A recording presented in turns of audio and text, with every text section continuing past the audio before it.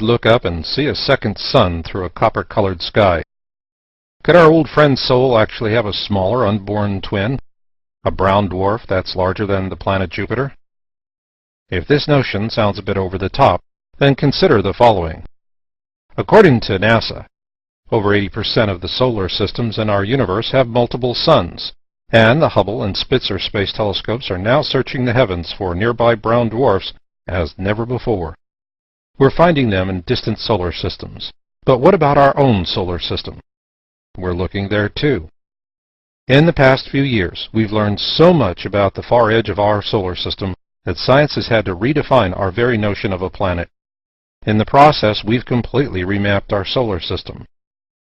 On the downside, Pluto was demoted to the rank of a minor planet, much to the consternation of astrologers. On the upside, though, we inherited a new dwarf planet between Mars and Jupiter. Called Ceres, it has what appears to be a very thin atmosphere.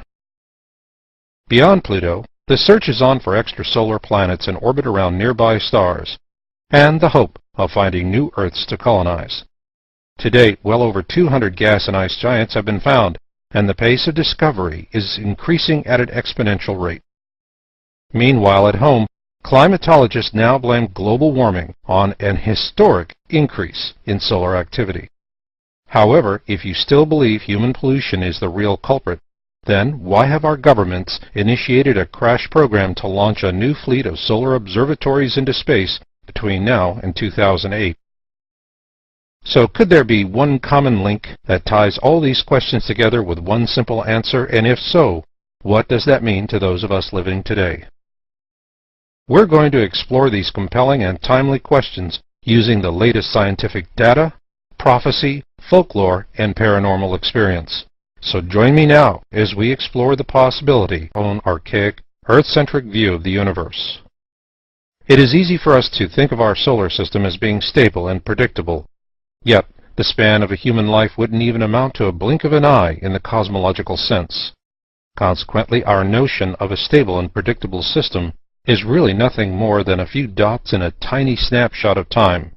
Yet odd things can and do happen in the cosmological blink of an eye.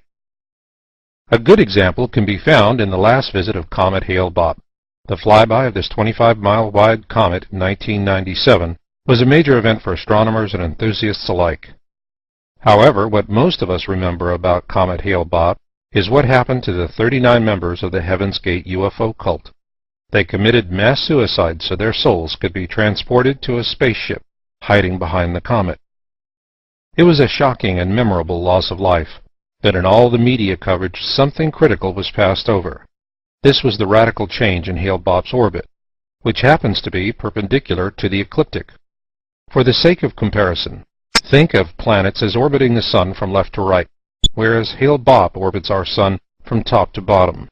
During the last passage, Hale-Bopp's orbit of 4,200 years went down to just 2,380. Astronomers tell us it happened when the comet passed within 0.77 AU of Jupiter. That's a little farther than the distance between the planet Venus and our Sun. In this special audio report, we'll examine the possibility that a brown dwarf, slightly larger than Jupiter, is orbiting our Sun much in the same manner as Hale-Bopp. Should this be the case, sometime within the coming decade, every soul on Earth will look up into a copper-colored sky and see two suns overhead. One will be our old friend Sol. The other will be its destructive unborn twin, an object often referred to as Planet X on the Internet. How long have I wondered about this possibility? That's easy. Stanley Kubrick's film 2001: A Space Odyssey was eye-opening, but its sequel, 2010, which ends with two suns in our sky, is what really piqued my attention. That was a benign picture of the future. However, years of research have revealed to me another picture, one that is not so benign. It is described by the ancients, along with sobering harbinger signs that speak to the present. While Planet X could be any number of things, one thing is for certain. The ancients tell us it has been here before. They also give us foreboding prophecies of cataclysm for its next return. In this special report, we'll look at this darker possibility with two possible Planet X return scenarios, one centered on 2012 and the other for $37.97. In the end, you'll see a possible future that may alarm and inspire you.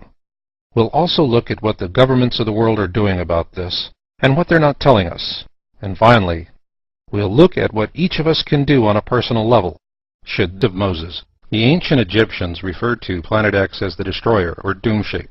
This according to the Kuiper Bible, a newly revealed 3,600-year-old secular anthology that corroborates the ancient Sumerian descriptions of a planet they called Nibiru. Sumer is the oldest known human civilization, and it once thrived in what is now present-day Iraq. According to the Kuiper Bible, the last two flybys of the doom shape, or what we call Planet X, was responsible for Noah's flood and the 10 plagues of Exodus.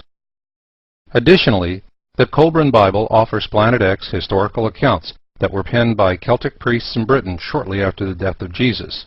The Celts and their Druid ancestors referred to Planet X as the Frightener. What is of critical concern to us is that the ancient Sumerians, Egyptians, and Celts all prophesied the return of Planet X in our time. However, none of them gave an exact date. Therefore, the closest thing we do have to a specific date is found on the other side of the world. It is known to us as the 2012 Mayan calendar prophecy. Like the Hopi Indians of North America, the Mayans tell us that planet Venus will herald the return of what they called the Red Comet in 2012. Unfortunately, we'll never know exactly why the Mayans chose Venus, because nearly all of their ancient codices were destroyed by Spanish Jesuits in 1562. However, Mayan anthropologist George Erickson tells us that the beginning of the next Mayan calendar on December 21, 2012 will signal a major astronomical event. Still the same, this vital knowledge perished needlessly, which leaves us with only one certain conclusion. As Venus goes, so goes the Earth, and this nagging puzzle remains to this day. This is why I've collaborated with other Planet X researchers worldwide since the turn of the millennium. Our mission is to seek the truth about these and other Planet X questions, regardless of where it leads us. Along the way, we've amassed a great amount of Planet X data from scientific reports, ancient folklore, and paranormal observations. For some, it has been like trying to put together a jigsaw puzzle with no picture and only half the pieces. As for me, all of this Planet X data has buzzed about my head like an angry swarm of bees. That's why I recently narrowed my search to finding that one scientific theory that would make sense of it all. And, much like a queen bee, it would give this data swarm a singular, coherent purpose. Well, it wasn't long before I found the honey jar in an effect described in 1962 by the Japanese astronomer Yoshide Kozai. It is called the Kozai mechanism, and it explains in very predictable terms how large objects in space orbit about each other. For me, it was the linchpin that connected all of my Planet X data together. This is why I come to think of my last 5 years as a journey to Kozai. And as with all journeys, there has to be a reason. In my case, you could say that reason dates back to March 13, 1781. This was the day English astronomer Sir William Herschel discovered the planet Uranus. That's because this discovery is what started turning the wheels of science towards Planet X, and for two principal reasons. Unlike the planets we inherited from our ancestors, Uranus was the first major planet discovered in modern recorded history. That made it ours, which in turn brings me to the second point. It didn't take long for astronomers to observe perturbations in the orbit of our planet to know that it was misbehaving, that is, relative to Newton's laws of gravity. This discovery focused their attention on finding the source of this observed perturbation, and to paraphrase Sherlock Holmes, the game has been afoot to this very day. So is Planet X a term coined by stodgy old European astronomers? Or is it a creation of modern-day internet pop culture aficionados? The answer is neither, which is why we need to discuss two men, English mathematician John Couch Adams and American astronomer Percival Lowell. In 1845, Adams predicted that another ice giant orbits our Sun beyond Uranus. Because he was young, his peers ignored him. Yet history proved him right in 1846 with the discovery of the planet Neptune. Adams also theorized that Neptune's perturber would be orbiting our Sun at a distance 2 to 3 times the distance from our Sun to Neptune. It was an intriguing idea, and at the beginning of the 20th century, an ingenious American would pick up the idea and run with it. He was Percival Lowell, a successful businessman turned astronomer who built a private observatory in Flagstaff, Arizona. He used this observatory to map the canals on Mars, and his observations would later earn him a great deal of notoriety. Yet, his secret ambition was to find the atom's perturber out beyond the edge of our solar system, an object he dubbed Planet X, which makes him the father of this popular term. A direct result of Lowell's search for Planet X was the discovery of Pluto by his assistant, Clyde Tombaugh, in 1930. Initially, many believed Pluto was the object Adams had theorized about. However, Pluto was soon found to lack the mass necessary to be Planet X.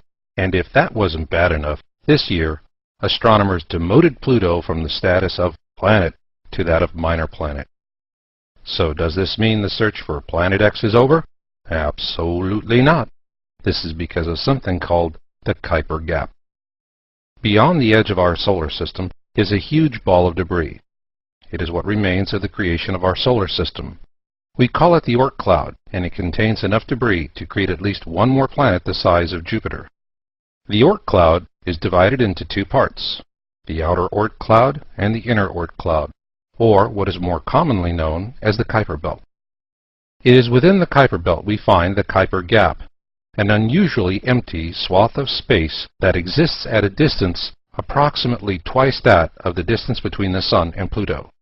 What makes the Kuiper Gap unusual is that it seems as though it was created by some large object that passed through it like a huge celestial vacuum cleaner. This huge celestial vacuum cleaner could very well be our elusive Planet X, the perturber that John Couch Adams envisioned. Likewise, here is where the Kozai mechanism fits in perfectly, because it explains how one object in orbit around the Sun can perturb the orbits of one or more other objects. For the purpose of this discussion, let's take a simple view of the Kozai mechanism, beginning with the ecliptic. One way to think of the ecliptic is to imagine yourself at the center of the Sun. Then shoot a laser beam out from the center of the Sun, through its equator, and out into deep space. There, at the other end of the beam, will be the 12 signs of the zodiac. In between, we see the planets in our solar system, passing through or near this laser beam as they trundle along in their stable orbits around the Sun. According to the Kozai mechanism, this is a celestial happy spot, so to speak. That's because things just keep on working there in a nice, predictable manner. Now, as much as we all like things to be predictable, the Kozai mechanism also shows what can happen when the orbit of a large object opposes this celestial happy spot. And that, in a word, is chaos. To illustrate this chaos, let's imagine the ecliptic is now a marble tabletop. Next, let's imagine our planets and moons are perfectly balanced wooden spinning tops, such as the ones children love to play with. So now we wrap our strings about them and give them a pull, one by one. In short order, we have several tops on the table, and all of them are spinning in the celestial happy spot of the Kozai mechanism. Now let's add chaos to the picture by dropping an unbalanced spinning top on the table. For the sake of argument, let's call it the perturber. The instant our perturber lands on the table, it begins skittering back and forth like a drunken sailor. Then it starts slamming into the other tops, knocking them out of their celestial sweet spots. In very little time, our table becomes a picture of chaos as tops fly off every edge. Now let's assume that our perturber, which wreaked havoc on our tabletop, and Planet X are one and the same. If this is the case, it stands to reason that Planet X has already perturbed our Sun, and most, if not all, of the other major planets in our solar system. To see if this is possible, let's briefly discuss a topic we're all familiar with: global warming.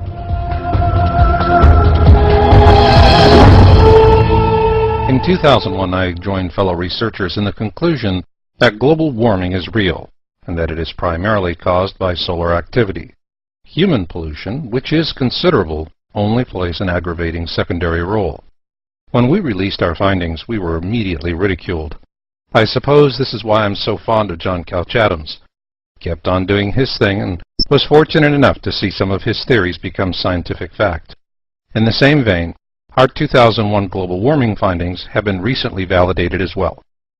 According to scientists based at the Institute for Astronomy in Zurich, our sun is more violent now than at any time in the last 1,000 years. Another study by Dutch meteorologists tells us that temperature increases of the last 60 years are the largest in this same period of time. Now here's the kicker. That was the good news. The bad news is that this trend will continue upward through the next 11-year solar maximum. According to NASA, the next solar maximum, which starts in 2007, will reach its peak in 2012. At that point, it is estimated to be half again worse than the last, and many feel that's a rather conservative estimate. Why is that? Prior to this last solar maximum, the highest catastrophic solar flare category was X. However, during this last solar maximum, a whole new catastrophic Y category had to be created. So let's now put this into a larger context. Up to now, we've looked at how the sun has become more violent, and how this increased solar activity became the principal engine of global warming for the Earth. So does this also mean that the other planets in our solar system are evidencing similar surface perturbations? According to several prestigious observatories, this is exactly what's happening. For example, recent surface warming on Mars and Pluto was so severe that similar events on Earth would have caused an extinction-level event. In fact, every planet in our system is evidencing some form of surface perturbation. These range from radical climate and weather changes to the new radio and X-ray emissions that are popping up everywhere. To put this in context, imagine that you're standing in the middle of a dark theater. At first, everything is cool and quiet. Then, without warning, a lighting technician begins switching on every bank of lights in the house. That, in a manner of speaking, is what our solar system is doing, because it's showtime, folks. And at the top of the bill is none other than our grand old perturber, Planet X. Perhaps now would be a good time to take a closer look at what Planet X could be and what it could do to us. Earlier, we first imagined the ecliptic as a laser beam extending from the center of the sun out to the constellations of the zodiac. Along that beam, the planets of our solar system orbit our sun in the celestial sweet spot of the Kozai mechanism. With this orderly and predictable vision in mind, let's now investigate two rather interesting aspects of the precession of the equinoxes. In the everyday life sense, the precession of the equinoxes determines where we'll find the North Star at night, when to put snow tires on the car, and when to smear on the suntan lotion. For those of you who can remember watching Neil Armstrong set foot on the moon back in 1969, you might also remember The Age of Aquarius by The Fifth Dimension. It was a catchy, upbeat song that promised a more peaceful world in the coming age of Aquarius. This will happen when the sun is directly in between the Earth and the constellation of Aquarius. And interestingly enough, it is also part of the precession of the equinoxes. So what does the age of Aquarius have to do with Planet X? Plenty, as you'll soon see. But first, let's briefly revisit the idea that Planet X could be an unborn companion to our own sun, or what astronomers call a brown dwarf. What is the difference between a sun like our own and a brown dwarf? A brown dwarf is an unborn sun that lacks the mass necessary to sustain nuclear fusion. This is why a brown dwarf may be quite visible when it is young, but with age, ourselves as the exception to the rule, and not the other way around. Okay, so what does all of this binary solar system stuff have to do with the precession of the equinoxes in the coming age of Aquarius? Well, here it is. The Earth is not moving forward through the zodiac into Aquarius, but rather, we're sliding backwards into it. This is all fine and good. But what's really interesting is that we're sliding backwards into Aquarius at an ever-increasing speed. This curious fact explains why astronomers and astrologers must use something called precession compensation to factor in this ever-changing difference. It also begs two very obvious questions. Given that astronomers recently demoted Pluto to a minor planet, is it wise of us to blindly cling to the old belief that we only have one sun? And if so, what could possibly be causing our planet to move backwards through the zodiac at an ever-increasing speed? Before you paint these questions as being trivial, please consider the following experiment. If you want to boil a frog alive without him noticing it, start by putting him in a pot of cold water. Then very, very, very slowly heat the water to a boil. If you do it right, the frog will keep adjusting to the water temperature increases until it is literally cooked in its own juices. Likewise, could the same be happening to us? Ask yourself, are we oblivious to the possible danger of Planet X because it is happening slowly enough for us to keep adjusting to it? Perhaps this is why humanity has always held a deep respect for prophecy and folklore. Not because they are scientifically precise, but rather because they offer us harbinger signs of future dangers. This is why prophecy and folklore are so vital to human survival. They tell us when to jump out of the pot so that we're not boiled alive by our own comfort mechanisms. With regard to Planet X, the prophecies of the Kuiper Bible, Nostradamus, Mother Shipton, and the Mayans are all giving us the same warning. Get out of the pot. With that in mind, let's take a closer look at Nostradamus tells us his predictions end in 3797. Was this an arbitrary end to his prophecies, or one that signals the destruction of Earth at this time? According to Nostradamus scholars such as author John Hogue, 3797 is not an arbitrary end date. Rather, when considered along with the other prophecies of Nostradamus, a different picture emerges. According to their analysis, Nostradamus is telling us that our sun will suddenly expand in 3797 and then destroy the Earth. However, well before that happens, our descendants will be colonizing new worlds in the constellation of Cancer. Astronomers tell us it will be a few thousand million years before the sun could possibly present such a risk. So all things being equal, what could cause a catastrophic expansion of our sun in 3797? Did Nostradamus see something we've missed, or is it the other way around? We'll explore that question in more depth later on, but for now, let's examine a different Planet X prophecy that speaks directly to us. It is from a 15th century English seeress known to us as Mother Shipton. In her short but insightful prophecies, she gives only one date by which we can vet her predictive powers. It reads as follows. In 1926, build houses light of straw and sticks, for then shall mighty wars be planned, and fire and sword shall sweep the land. This centuries-old prophecy was fulfilled in the summer of 1926, because this is when Adolf Hitler began planning World War II and his 1,000-year Reich in the Bavarian village of Berchtesgaden. Hitler would later remember 1926 as one of the best years of his life. Unlike Nostradamus, whose prophecies jump backwards and forwards through time, Mother Shipton's prophecies are linear and go thousands of years beyond us into the future. A bit further on from the 1926 prophecy, Mother Shipton speaks to our time when she says, "A fiery dragon will cross the sky 6 times before this earth shall die. Mankind will tremble and frightened be for the 6th heralds in this prophecy." Over the last few years, I've labored with other researchers to understand Mother Shipton's warning that a fiery dragon will cross the sky 6 times before this earth shall die. Try as we might, nothing ever seemed to fit. That was until I read the Kuiper Bible, a newly revealed Egyptian Celtic wisdom text dating back 3,600 years. This secular anthology offers the knowledge of those who survived past global catastrophes. Until the Sumatra superquake and tsunami of December 2004, and then Katrina in 2005, who amongst us could have truly imagined such cataclysms happening today? Yet the Egyptian and Celtic authors of the Kuiper Bible frequently warn us that an object they call the doom shape or destroyer will return soon and cause another global cataclysm. Other than warning us it will happen again, do the authors of this work offer a description of what that future cataclysm will be like? No, because this book was not written by victors or those inspired by God.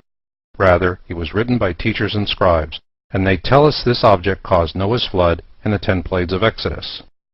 While there are similarities to other ancient texts such as the Torah or Old Testament, The historical accounts in the Kuiper Bible retain a secular prescient style.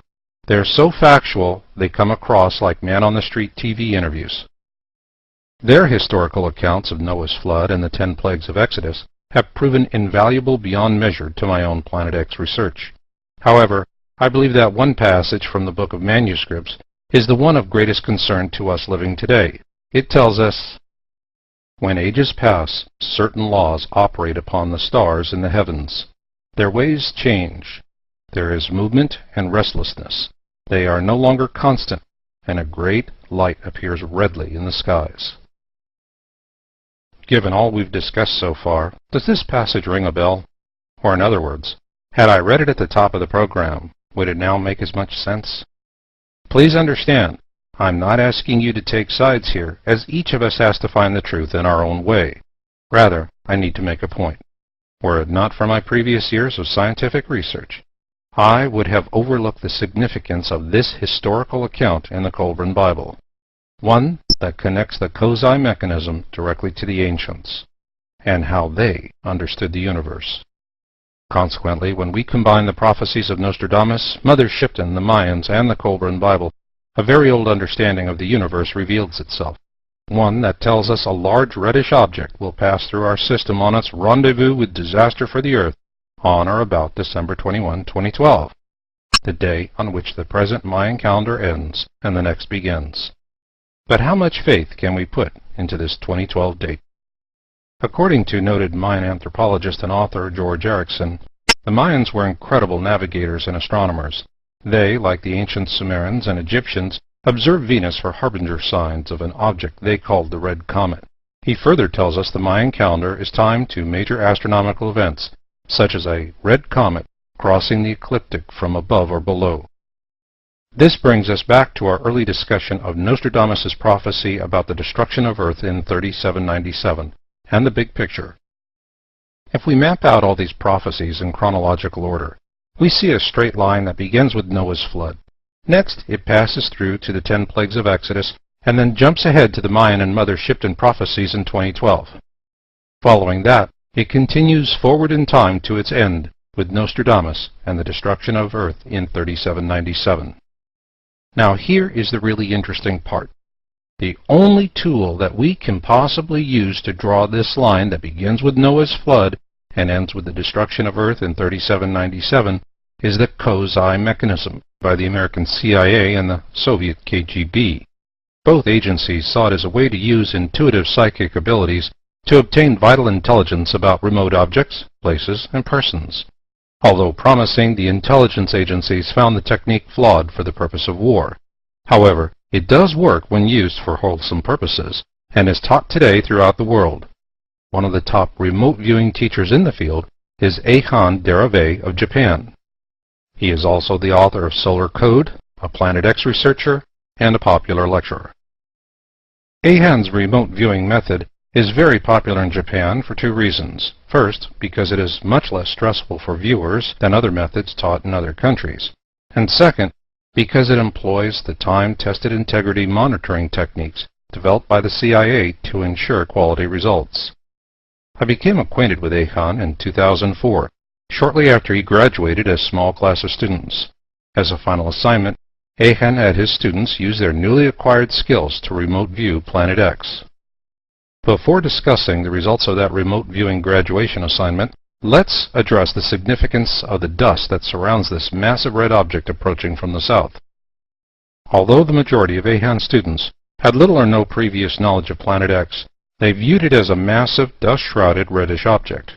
What is interesting about these views is that they are consistent with the many accounts described to me in the emails I've received from individuals from all around the globe. Whether in a dream or vision, they all report this same dust-shrouded reddish object. While these accounts vary in terms of actual location, they all speak to the reddish color of the object, its massive size, and the dust cloud surrounding it. As I mentioned earlier, a brown dwarf is an unborn star. So let's frame this in the context of what these remote viewers and psychic experiencers were seeing. Brown dwarfs are unborn stars, and as such they're surrounded by the dust and debris of their own protoplanetary disks. When our Sun was forming, it also had a protoplanetary disk. Once it gathered enough mass to be born, most of its protoplanetary disk coalesced into the major bodies of our solar system. The rest formed a massive bubble of debris that surrounds our solar system called the Oort cloud. Assuming that Planet X is a brown dwarf, the dust and debris within its protoplanetary disk will make it extremely difficult to find in the visible light ranges, that is, until it comes closer to the Sun. Assuming it is coming up from the south and that it will cross the ecliptic in 2012, those of us living in the northern hemisphere will begin to see it sometime around 2010. By 2012, it will be visible during the day and appear as a second sun in the sky. That being said, the most intriguing remote viewing report from Mahan's class came from one student who had never heard of Planet X before. What piqued my curiosity about this report was that it was the very first to show a pattern of movement. What this student remote viewer saw was a star spinning downwards in a cone-shaped spiral. This was different from everything else, and even though I couldn't make sense of it at the time, the image always stayed in my mind. I'm glad it did, because 2 years later it would make perfect sense. While discussing the Kozai mechanism with fellow researchers Jacco van der Warp and Andy Lloyd in September 2006, something started to click. Jacco and Andy were running computer simulations based on the Kozai mechanism, and what they were finding was playing sheer hell with their previous theories, which presumed that we have a stable solar system that plays according to the human rule book. No matter how many times they ran the simulations, the result was always the same. Planet X, as a brown dwarf, cannot exist within a stable orbit that is perpendicular to the ecliptic. Further, it would destabilize the orbits of all of the other planets in our solar system as it spirals slowly into a final destructive plunge into our Sun. As I listened to Jacco and Andy debate the notion of this decaying orbit, the hand drawing that Akon's remote viewing student had made of that large object in a spiraling cone clicked. It looked incredibly similar to the plots we were getting with our Kozai mechanism simulations.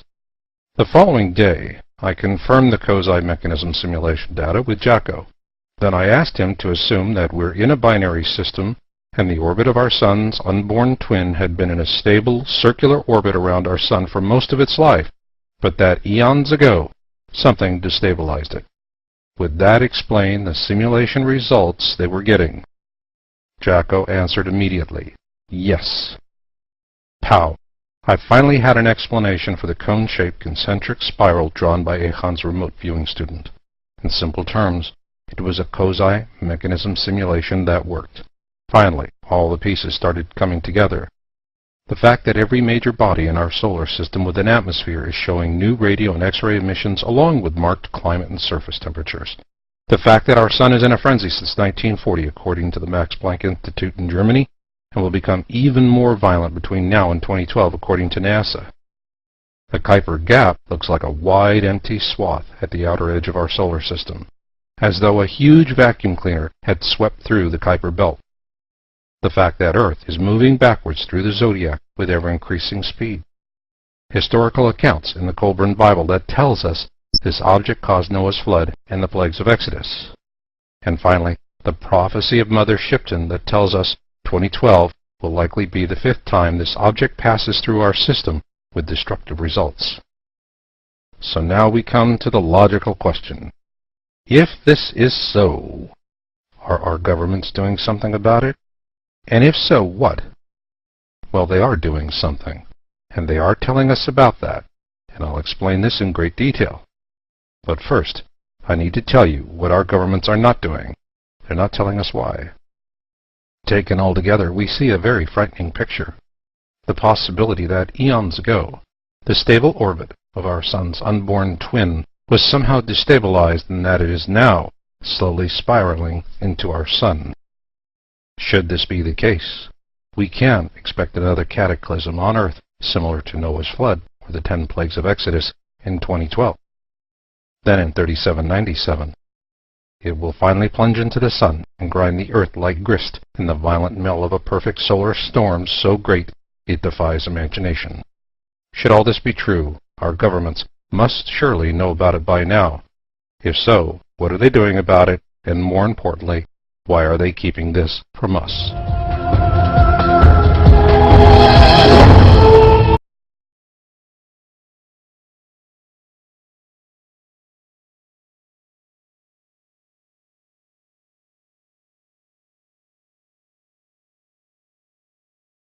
look up and see a second sun through a copper-colored sky. Could our old friend Sol actually have a smaller unborn twin? A brown dwarf that's larger than the planet Jupiter? If this notion sounds a bit over the top, then consider the following. According to NASA, over 80% of the solar systems in our universe have multiple suns, and the Hubble and Spitzer space telescopes are now searching the heavens for nearby brown dwarfs as never before. We're finding them in distant solar systems. But what about our own solar system? We're looking there too. In the past few years, we've learned so much about the far edge of our solar system that science has had to redefine our very notion of a planet. In the process, we've completely remapped our solar system. On the downside, Pluto was demoted to the rank of a minor planet, much to the consternation of astrologers. On the upside, though, we inherited a new dwarf planet between Mars and Jupiter. Called Ceres, it has what appears to be a very thin atmosphere. Beyond Pluto, the search is on for extrasolar planets in orbit around nearby stars, and the hope of finding new Earths to colonize. To date, well over 200 gas and ice giants have been found, and the pace of discovery is increasing at an exponential rate. Meanwhile, at home, climatologists now blame global warming on an historic increase in solar activity. However, if you still believe human pollution is the real culprit, then why have our governments initiated a crash program to launch a new fleet of solar observatories into space between now and 2008? So could there be one common link that ties all these questions together with one simple answer, and if so, what does that mean to those of us living today? We're going to explore these compelling and timely questions using the latest scientific data, prophecy, folklore, and paranormal experience. So join me now as we explore the possibility of an archaic, Earth-centric view of the universe. It is easy for us to think of our solar system as being stable and predictable. Yet, the span of a human life wouldn't even amount to a blink of an eye in the cosmological sense. Consequently, our notion of a stable and predictable system is really nothing more than a few dots in a tiny snapshot of time. Yet odd things can and do happen in the cosmological blink of an eye. A good example can be found in the last visit of Comet Hale-Bopp. The flyby of this 25-mile-wide comet in 1997 was a major event for astronomers and enthusiasts alike. However, what most of us remember about Comet Hale-Bopp is what happened to the 39 members of the Heaven's Gate UFO cult. They committed mass suicide so their souls could be transported to a spaceship hiding behind the comet. It was a shocking and memorable loss of life, but in all the media coverage something critical was passed over. This was the radical change in Hale-Bopp's orbit, which happens to be perpendicular to the ecliptic. For the sake of comparison, think of planets as orbiting the Sun from left to right, whereas Hale-Bopp orbits our Sun from top to bottom. During the last passage, Hale-Bopp's orbit of 4,200 years went down to just 2,380. Astronomers tell us it happened when the comet passed within 0.77 AU of Jupiter. That's a little farther than the distance between the planet Venus and our Sun. In this special audio report, we'll examine the possibility that a brown dwarf, slightly larger than Jupiter, is orbiting our Sun much in the same manner as Hale-Bopp. Should this be the case, sometime within the coming decade, every soul on Earth will look up into a copper-colored sky and see two suns overhead. One will be our old friend Sol. The other will be its destructive unborn twin, an object often referred to as Planet X on the Internet. How long have I wondered about this possibility? That's easy. Stanley Kubrick's film 2001: A Space Odyssey was eye-opening, but its sequel, 2010, which ends with two suns in our sky, is what really piqued my attention. That was a benign picture of the future. However, years of research have revealed to me another picture, one that is not so benign. It is described by the ancients, along with sobering harbinger signs that speak to the present.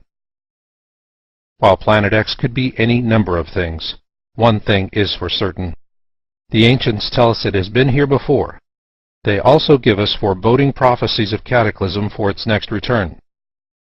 In this special report, we'll look at this darker possibility with two possible Planet X return scenarios, one centered on 2012 and the other for $37.97. In the end, you'll see a possible future that may alarm and inspire you.